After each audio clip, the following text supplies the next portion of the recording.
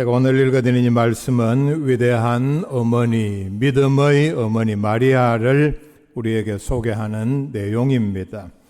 42절 말씀에 보면은 세례 요한의 어머니 엘리사벳이 마리아에게 이런 말씀을 합니다.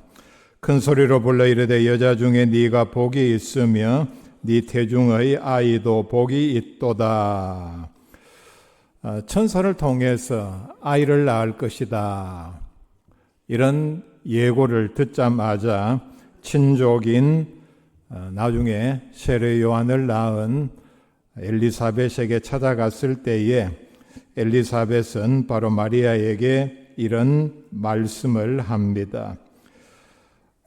태중의 아이까지도 복이 있다 말씀을 했습니다. 그리고 이어지는 45절 말씀에 보면은 주께서 하신 말씀이 반드시 이루어지리라고 믿은 그 여자에게 복이 있도다.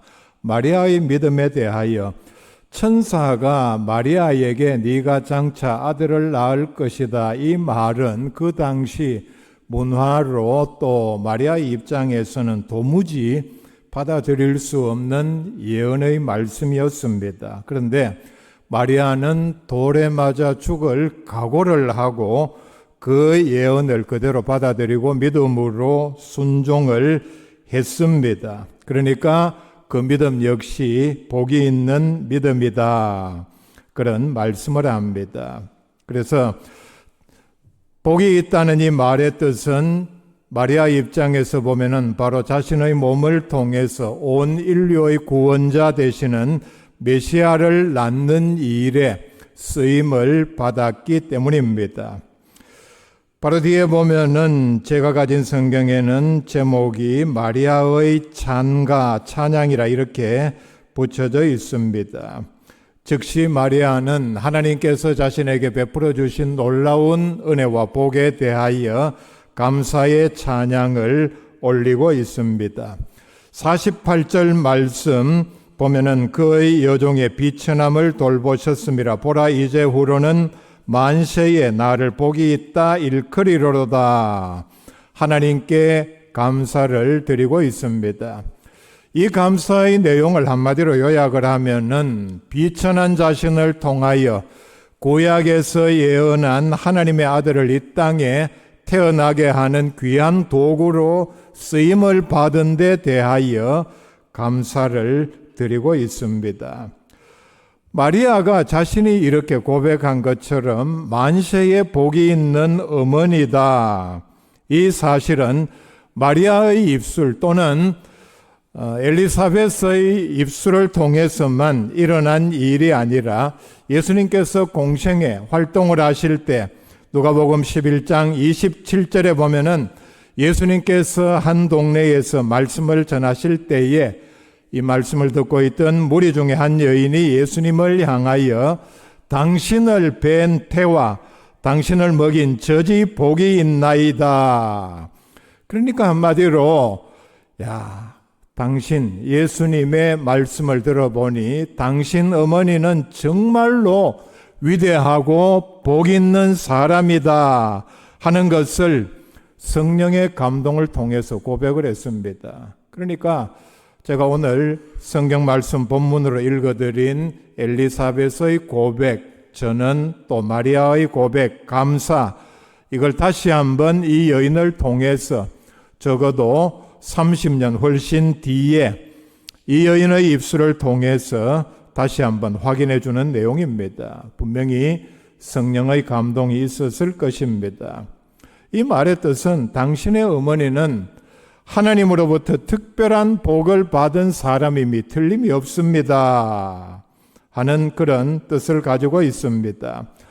만세에 복이 있는 어머니, 마리아뿐만 아니라 모든 믿음의 어머니들에게도 해당되는 말씀입니다. 왜냐하면은 마리아는 마리아대로 하나님께서 특별히 부르셔서 인류의 구원자 예수님을 낳아서 양육해야 하는 사명이 있었고, 그렇다고 해서 모든 믿음의 어머니가 다 이런 사명, 이런 복을 받은 것은 아니지 않습니까? 우리 각자에게는 또 우리 나름대로 하나님께서 주신 생명을 이 땅에 태어나게 하는 또 양육하는 사명이 나름대로 따로 있기 때문입니다. 성경적으로 우리가 성경 전체의 내용을 종합해서 보면은 하나님께서 주신 선물인 자녀를 잘 양육한 어머니는 분명히 사람 앞에서나 우리가 하나님 앞에 섰을 때에 네가 만세의 복이 있는 어머니다라는 칭찬과 상급을 받을 분명한 자격이 있습니다. 자, 그러면은 아버지 되시는 분들은 그럼 우리는 뭐 어쩌란 말이냐. 자, 여러분 섭섭해하지 마시고 자기 아내 되는 어머니가 그런 자격 복이 있다면은 아버지도 자동적으로 따라가는 겁니다. 따라가기 싫은 모양이죠. 나이가 들면 아내를 따라가게 되어 있습니다. 따라가세요, 그냥. 예. 어머니가 만세의 복이 있는 어머니라면 하나님 앞에서 아버지도 치맛자락 잡고 그냥 자동으로 따라가게 되어 있습니다. 요람을 흔드는 손은 세계를 흔드는 손이다 라는 말이 있습니다. 어릴 때 보면은 요즘 그걸 잘 쓰지 않는 것 같은데 옛날에는 보면은 이런 게 이제 있었죠. 그래도 이게 돈을 주고 사서 가정에서 보면은 아이를 거기에 넣어놓고 이렇게 흔들어 주면은 이제 애가 보채지도 않고 잠도 잘 자고 하는 그런 도구입니다. 우리가 인간적으로 생각하면은 참 힘들죠. 애를 임신해서 9달을 지내는 것도 힘들고 뭐 낳는 것도 그렇고 또 이때 양육하는 것도 뭐 늘 안아줘야 되고 기저귀 갈고 잠도 제대로 자지 못하고 참 굉장히 힘들고 또 어떻게 보면은 꼼짝도 못하고 요람을 흔들어야 하는 그런 경우는 참 힘들고 고단한데 이게 바로 세계를 흔드는 손이다. 장차 미래에 이 아이를 통해서 세계를 흔드는 것과 같은 엄청난 영향력을 끼친다는 뜻입니다. 바로 어머니는 자녀를 통하여 인류에 공헌을 하고 그래서 자녀를 낳고 양육하는 것이 힘들고 답답하게 느껴져도 바로 이 세계는 지금까지 어머니들이 양육한 자녀들이 바로 세계에 공헌하고 움직이고 그래서 인류에 공헌을 한다. 최종적으로는 보면은 그 자녀를 낳은 어머니들이 인류에 공헌을 한다는 뜻입니다. 여성 해방의 가장 큰 걸림돌은 아시는 대로 가사와 육아입니다. 결혼을 해서 가사에 집중을 하고 출산을 하고 육아는 이렇게 하는 일은 바로 여성이 사회에 진출하는 가장 큰 장애로 여겨졌습니다. 그래서 조금 이제 이런 것이 국가의 사회에서 또 양육을 하는 것을 여러 많은 시설을 통해서 해결을 하니까 여성들도 활발하게 어떤 욕구에 있던 그대로 사회에 나가서 자기가 학교에서 배운 것을 실현을 하는 그런 때가 되었습니다. 그런데 가장 중요한 것은 자녀를 잘 양육하는 것이 바로 여성이 이 사회에 공헌할 수 있는 일 가운데 가장 큰 공헌이라는 사실은 세상 사람들은 다르게 얘기를 하겠죠. 그러나 하나님 앞에서는 우리가 말씀의 거울에 비추어 보면은 이 일이 하나님을 가장 기쁘시게 하는 일이라는 사실을 성경은 분명히 말씀을 하고 있습니다. 세상에서 가장 아름답고 숭고하고 깊은 뜻을 가진 말은 바로 엄마라는 말입니다. 세계에 많은 언어가 있는데 공통적으로 예외 없이 어느 나라든지 불문하고 어린아이가 가장 먼저 배우는 말은 엄마입니다. 우리말에서도 그렇고 영어에서도 그렇습니다. 다른 나라 말도 마찬가지입니다. 여러분, 어린아이가 말을 배울 때에 처음으로 내뱉는 말, 사람이 알아들을 수 있는 말 가운데 엄마 이외에 다른 단어가 있다는 걸 여러분 상상조차 할 수 있습니까? 어린아이가 처음으로 배우는 말이 어느 나라에서 공통적으로 엄마 대신에 돈. 이거 환장하겠죠. 그런 나라가 있다면은, 만약에 또 그런 애가 있다면은, 다른 어떤 단어 우리는 상상도 할 수 없습니다. 어느 글을 통해서 읽어봤는데, 아이를 낳아서 키우면서 자기 아이가 엄마 앞에서 엄마라는 말을 처음으로 또렷하게 내뱉었을 때에 그 감격과 희열은 말로 다 할 수 없다고 합니다. 이 세상에서 한 사람이 평생을 두고 가장 많이 사랑하고 희생하는 대상은 바로 어머니가 자녀를 대상으로 하는 사랑과 희생입니다. 여러분, 한 사람이 자기 자녀만큼 평생을 두고 사랑을 하고 염려하고 희생하는 대상이 자녀 말고 또 있습니까? 내 모든 것, 내 생명을 주어도 아깝지 않은 대상이 바로 자기의 자녀입니다. 놀라운 사실은 하나님께서 바로 그 자녀를 나에게 주셨다는 사실입니다. 그리고 내 자녀만큼 나를 절실하게 필요로 하는 사람들이 따로 있습니까? 물론 비록 짧은 시간이지만 하나님께서는 내게 자녀를 주셔서 내가 세상에 없어서는 안 될 존재라는 사실을 실감하게 해 주셨습니다. 그리고 자녀는 내가 마지막까지 믿고 의지할 수 있는 대상입니다. 나이가 들어서 연로해서 세상을 떠날 때가 되면은 어쩔 수 없이 이제 자리에 누워야 합니다.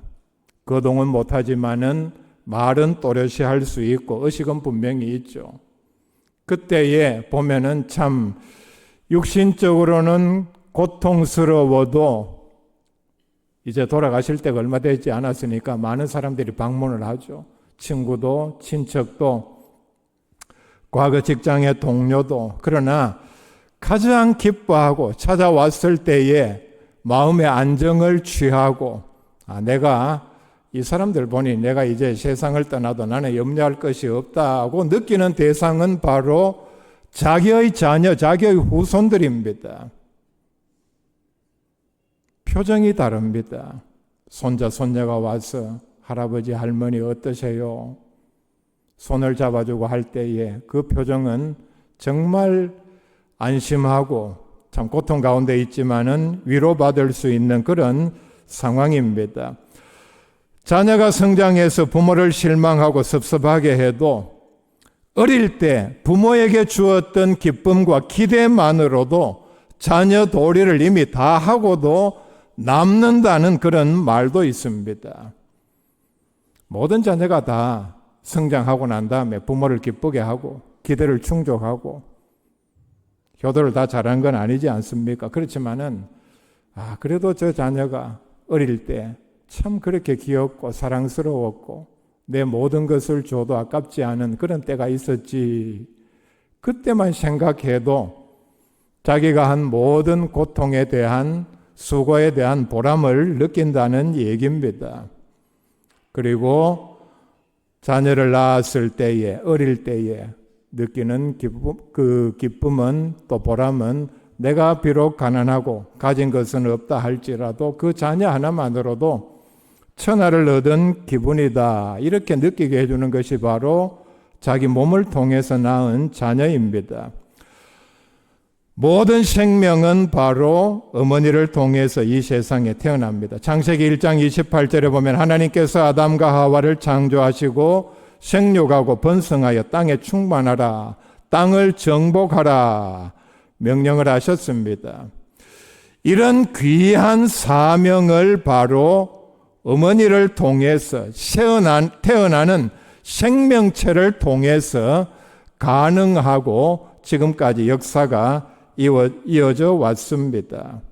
어머니는 모든 생명에 양육을 하고 기르는 일에 가장 중요한 역할을 한다는 얘기입니다. 그래서 우리는 대자연을 앞에 자연이라는 말에서 좀 부족해서 큰 대자를 붙입니다. 근데 영어에서는 어머니 mother를 붙입니다. mother nature. 자연은 바로 어머니와 같다. 대지라는 말도 마찬가지입니다. 땅이 얼마나 큽니까? 그런데 거기에 big이나 grand, great라는 말을 붙이지 아니하고 mother earth, 대지, 어머니의 땅은 모든 것을 낳는 어머니와 같다. 그런 표현을 합니다. 가정과 자녀가 얼마나 소중하냐. 자, 시편 127편 3절에 이런 말씀을 합니다. 보라, 자식들은 여호와의 기업이요 태의 열매는 그의 상급이로다. 우리가 이 말씀을 보면은 자녀는 바로 하나님께서 우리에게 주신 상급이요 선물이라 표현을 합니다. 자, 그렇다면은 자녀는 귀하죠. 내 생명과 같은 존재입니다. 그런데 거기다가 하나님께서 나에게 선물로 상급으로 주셨다 말씀을 합니다. 자, 그렇다면은 이보다 더 귀한 존재가 세상에 없다는 뜻입니다. 뒤에 나오는 4절, 젊은 자의 자식은 장수의 수중의 화살 같으니 이것이 그의 화살통에 가득한 자는 복되도다. 그들이 성문에서 그들의 원수와 담판할 때에 수치를 당하지 아니하리로다 말씀을 합니다. 자식을 많이 거느린 부모는, 그래서 잘 성장한 자녀가 있는 부모는 마치 전쟁에 나간 장사가 화살을 많이 가진 것과 같다.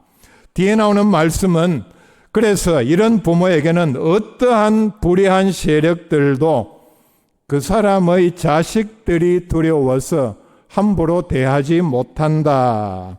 그런 뜻을 여기서 찬양을 통해서 우리에게 표현을 해주고 있습니다. 우리의 자녀는 내가 이 세상에서 관여하고 있는 또는 관계하고 있는 것 가운데 유일하게 천국에 데려갈 수 있는 존재입니다. 세상에 내가 소유한 것 많이 있습니다. 내가 관계하는 것도 많이 있고, 그리고 나를 사랑하는, 내가 사랑하는 이런 존재도 많이 있습니다. 여러분, 아무리 사랑하고 그게 아무리 작다 할지라도 주머니에 넣는다든지 아예 입으로 털어넣으면은 그렇다고 해서 여러분 그걸 천국에 가져갈 수 있습니까? 아무리 작아도 자녀만 내가 믿음으로 잘 양육하면은 얼마든지 숫자에 제한을 두지 아니하고 천국으로 데려갈 수 있습니다. 그렇기 때문에 세상 사람들이 생각하는 것처럼 내 자녀가 세상적으로 크게 성공하지 못했다 할지라도 천국으로 데려가는 것 하나만으로도 하나님께서는 매우 기뻐하십니다. 큰 상을 받을 일입니다. 그 반대를 한번 생각해 보고 우리의 가정생활, 믿음생활에 경계로 삼아야 합니다. 내 자녀가 세상적으로 아무리 성공했다 할지라도 천국에 데려가지 못하면은 그보다 더 비참한 일이 어디에 있습니까? 자, 시편 127편 부제 보면은 성전에 올라가는 노래라고 붙어 있습니다. 이 말의 뜻은 가장이 하나님의 명령대로 성전에 올라가면서 하나님, 내가 이번에 올라가면서 나의 기도 제목은 바로 이런 내용입니다. 성전에 올라가면서 계속 이런 찬양을 불렀다는 얘기입니다. 그러니까 내가 이런 기도 제목으로 성전에 하나님께 제사 드리러 올라가니까 이런 복 주시기를 원합니다. 자, 여러분, 시편에서 특별히 성전에 올라가는 노래, 부제가 붙은 시편을 한번 자세히 읽어보고 묵상하고 암송하고 이런 기도 제목으로 기도할 수 있기를 바랍니다. 128편 역시 성전에 올라가는 노래입니다. 3절에 보면은 내 집 안방에 있는 네 아내는 결실한 포도나무 같으며 내 식탁에 둘러앉은 자식들은 어린 감람나무 같으리로다 말씀을 합니다. 아내는 결실한 포도나무 같다. 이 말은 바로 가정의 내실 안방에 자녀를 데리고 있는 아내의 모습을 표현한 구절입니다. 자녀가 장성하면은 어머니와 좀 떨어져 있죠. 떨어져 있어야 정상입니다. 요즘 말로 말하면은 공부를 해야 하고 일을 해야 하고 바깥으로 나가야 하기 때문입니다. 그런데 어린아이 경우를 한번 생각해 볼 수 있기를 바랍니다. 어떤 모습으로 어머니가 어린아이를 거느리고 있습니까? 안고 있다든지 업고 있다든지 젖을 먹이고 있다든지 아니면 조금 더 커서 어머니의 무릎에 앉아 있다든지 아니면은 어머니 옷을 잡고 그 주변을 맴돈다든지 이게 바로 결실한 포도나무와 같은 가장 아름답고 복스러운 여인의 모습을 묘사했습니다. 뒤에 나오는 내 식탁에 둘러앉은 자식들은 어린 감람나무 같으리로다. 어린 감람나무, 어린 묘목을 뜻하는 것이 아니고 원어의 뜻은 오래된 감람나무로부터 뻗어나온 새로운 가지를 뜻합니다. 감람나무, 즉 올리브나무를 뜻하는데 어린 감람나무는 생명과 성장, 엄청난 결실을 뜻합니다. 올리브나무는 나무의 가장 중요한 특징은 나무 전체를 베어내어도 그루터기만 남아있으면 거기에서 새싹이 나와서 다시 자라서 큰 나무가 됩니다. 이런 성격을 가지고 있고 올리브나무는 잎이 있음에도 불구하고 활류수처럼 늘 푸른, 항상 잎이 달려있고 잎이 푸른 그런 나무입니다. 그리고 장수의 상징으로 알려져 있습니다. 굉장히 오래 사는 나무라는 뜻입니다. 그리고 아마 전 세계 수만 가지 열매가 있겠죠. 가장 가치 있는 열매로 많은 열매를 맺고 올리브는 그냥 먹기도 하고 삭혀서 먹기도 하고 익혀서도 먹고 기름을 짠 것이 바로 몸에 좋다고 하는 올리브 기름입니다. 그래서 성경에서는 여러 많은 나무가 있음에도 예수님을 상징하는 나무가 바로 올리브 나무입니다. 그리고 목재는 단단하고 무늬가 아주 아름다워서 귀한 어떤 기구를 만드는 데 쓰임을 받습니다. 자, 3절 뒷부분에 나오는 어린 감람나무라는 말은 엄청난 가능성, 그래서 부모가 세상을 떠난다 할지라도 원줄기에서 후손들이 계속 태어나서 혈통을 유지하기 때문에 여기서는 바로 가문의 번성을 뜻합니다. 어린 감람나무처럼 계속해서 내가 죽어도 이 아이 또 손자, 손녀를 통해서 우리의 가문은 계속해서 번성한다. 자, 성전에 올라가는 노래, 가장의 간절한 기도, 가정을 위한 기도, 복을 달라는 기도가 어떻게 이어지는지 볼 수 있기를 바랍니다. 4절에 보면은 여호와를 경외하는 자는 이같이 복을 얻으리로다. 놀라운 말씀을 하죠. 다른 복 말하고 있지 않습니다. 흔히 말하는 부자 되게 해달라, 권력을 가지게 해달라, 내 이름이 세상 끝까지 떨치게 해달라, 그런 헛된 복을 하나님께 구하고 있지 않다는 뜻입니다.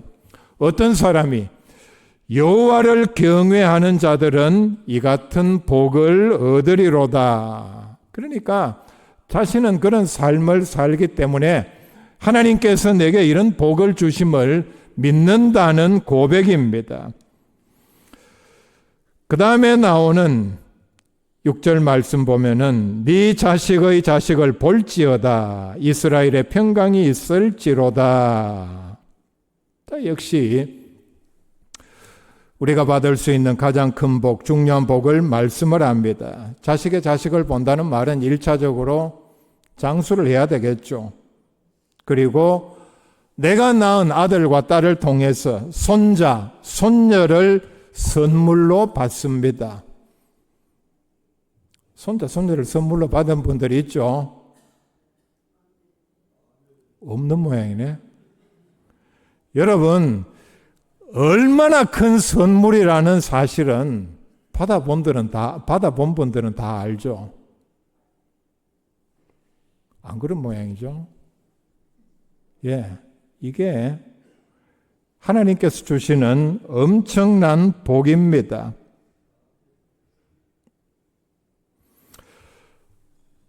시편 127편, 128편을 종합해서 보면은 인생의 가장 큰 기쁨과 행복은 바로 가정과 자녀를 통해서 온다는 뜻입니다. 여러분, 엄청난 권력을 잡으면 그게 복입니까? 한때는 기뻐하죠. 텔레비전에 나온 걸 보면은 뭐 입이 찢어지도록 웃습니다. 근데 우리나라 근대사에서 엄청난 권력을 누렸던 김종필 씨가 죽기 전에 한 말이 있습니다. 정치, 그거 허업 중에 대표적인 허업이라고 했습니다. 허업, 헛일이라는 뜻입니다. 다 해봤는데 그것만큼 헛일도 없다는 얘기입니다. 진정한 복은 가정과 자녀를 통해서 옵니다.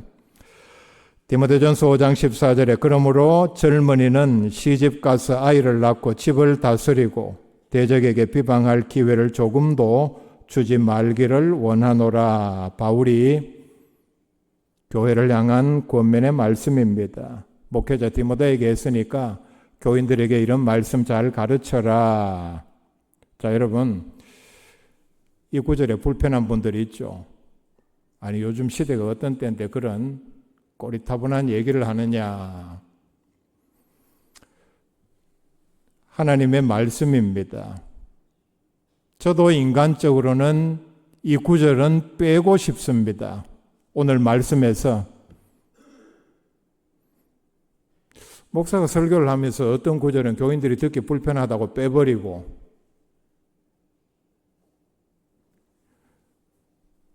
이런 일은 일어나지 않아야 합니다. 성경을 있는 대로 제가 전하고 있습니다. 자, 무슨 얘기냐? 하나님께서 이 일은 여자들에게 주신 특권이요, 사명이요, 그 다음에 예나 지금이나 하나님께서 창조하신 불변의 진리인 결혼과 가정의 중요성에 대하여 말씀을 하고 있습니다. 그래서 가정은 또 개인도 이 사회도 자녀를 통해서 안정을 얻고 이렇게 함으로 사회적인 책임을 수행하고 또 이렇게 함으로 가장이 남편이 가정에서 행복을 얻는, 그러니까 경건한 생활에 경건한 가정의 중요성을 강조한 말씀입니다.